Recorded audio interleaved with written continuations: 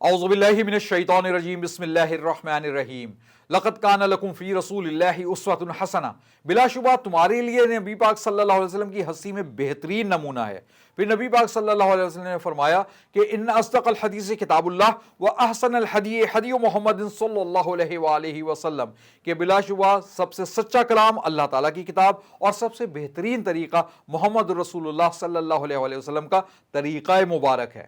اب اس قرآنی آیت اور نبی پاک صلی اللہ علیہ وسلم کی اس حدیث کی روشنی میں ہر مسلمان کوشش یہ کرتا ہے کہ وہ نبی پاک صلی اللہ علیہ وسلم کی سنتوں کے مطابق اپنی زندگی گزارے، اور وہ سنتیں ہمیں احادیث مبارکہ سے مل جایا کرتی ہیں۔ تو ہر وہ طریقہ جو نبی پاک صلی اللہ علیہ وسلم نے ہمیں کر کے دکھایا وہ سنت کہلاتا ہے، اور ان پہ عمل کرنے والے مسلمان سنی مسلمان کہلاتے ہیں۔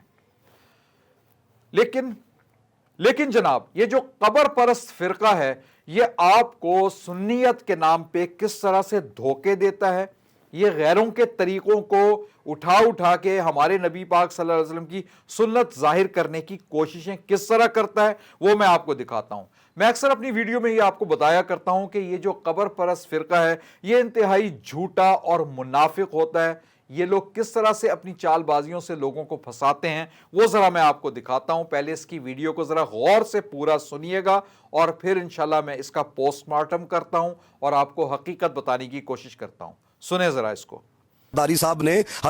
رضا جیلمی اور اس کے جتنے بھی فالورز ہیں، میں انہیں بتانا یہ چاہتا ہوں کہ صدر آصف علی زرداری صاحب نے حضرت مولا کائنات حضرت علی المرتضیٰ شیر خدا رضی اللہ تعالیٰ عنہ کے مزار پہ حاضری دی ہے، اور حضور غوث پاک رضی اللہ تعالیٰ عنہ کے مزار پر حاضری دی ہے، اور ساری دنیا نے دیکھا ہے کہ صدر آصف علی زرداری نے وہاں پہ جا کے جالیوں کو چوما ہے اور بوسہ دیا ہے۔ میں جیلمی سے صرف اتنا یہ کہنا چاہتا ہوں، جس طرح صحیح العقیدہ جو سنی ہے وہ مزارات پہ شریعت کے مطابق حاضری دیتے ہیں، اور تیرے لونڈے لپاڑے کہتے ہیں یہ قبر کے پجاری ہیں، تیرے لونڈے لپاڑے ہلکے جملے استعمال کرتے ہیں۔ تو جس طرح ہمارے بارے میں تم لوگ یہ جملہ کہتے ہو صدر زرداری کے بارے میں، کراؤ ذرا ایک کلپ ریکارڈ، اور جو القابات تم ہم کے بارے میں بکواس کرتے ہو ذرا کرو صدر زرداری کے بارے میں، پھر میں دیکھتا ہوں تمہارے ساتھ ہوتا کیا ہے۔ اگر منافقت کے مارے تم کلپ نہیں نہ ریکارڈ کروا سکتے تو پھر جو درد والا سوراخ ہے نا وہاں پہ ہاتھ رکھ کے یہ بولو صدر صاحب والا عمل، بریلیوں والی بات یہاں نہ کچھ بولو، اسی میں ہے میری لاج۔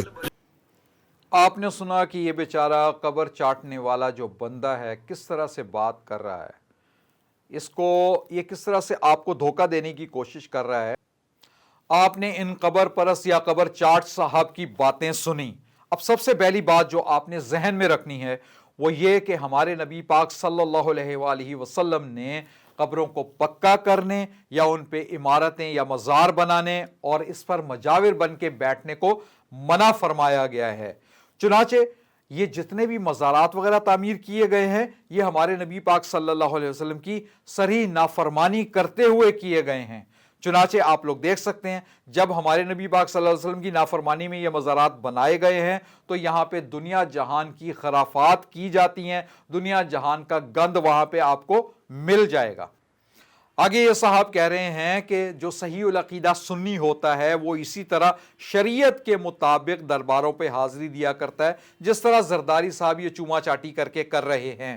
یاد رکھیں کہ ہمارے نبی پاک صلی اللہ علیہ وسلم سے ایسی کوئی بھی مثال نہیں ملتی، ایسا کوئی بھی عمل ہمارے نبی پاک صلی اللہ علیہ وسلم سے ثابت نہیں ہے۔ ہمارے نبی پاک صلی اللہ علیہ وسلم کی شریعت میں ایسی کسی چیز کی گنجائش ہے ہی نہیں۔ وہاں تو سرے سے ان مزارات کی تعمیر کو ہی منع فرما دیا گیا ہے، تو وہاں پہ اس کی کہاں سے گنجائش رہ جاتی ہے۔ اور اسی طرح آپ کو یاد ہوگا ایک دفعہ عمران خان نے بھی ایک مزار پہ جا کے اس کی چوکٹ جو ہے وہ چومی تھی، تو اس کے اوپر بھی لوگوں نے کرٹیسائز کیا تھا۔ تو کسی بھی بڑے سے بڑے بندے کے کسی ایسے عمل کرنے سے وہ عمل جو ہے یاد رکھیں وہ سنت نہیں بن جاتا، ہمارے نبی پاک صلی اللہ علیہ وسلم کی سنت نہیں بن جایا کرتا۔ سنت عمل وہی ہوتا ہے ہمارے نبی پاک صلی اللہ علیہ وسلم کی جو ہمارے نبی پاک صلی اللہ علیہ وسلم کی طرف سے ہمیں ملا ہوتا ہے۔ دنیا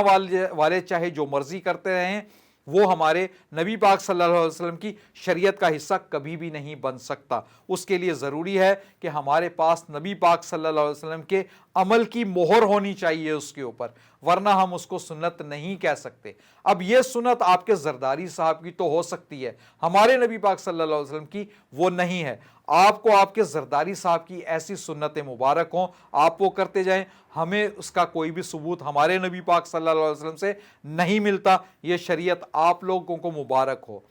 اور اسی طرح آپ کو یاد ہونا چاہیے کہ آپ کے رضا خان صاحب نے بھی قبروں کو اس طرح بوسہ دینے کو منع کیا ہوا ہے، آپ لوگ ان کی بھی بات نہیں مانتے۔ اب ہم تو یہی دعا کر سکتے ہیں کہ اللہ تعالی ہم سب کو سیدھے رستے پہ ہدایت دے اور ہمیں صحیح معنوں پہ اللہ اور اس کے رسول صلی اللہ علیہ وسلم کی اطاعت کرنے والا بنائے۔ وما علینا الا البلاغ المبین۔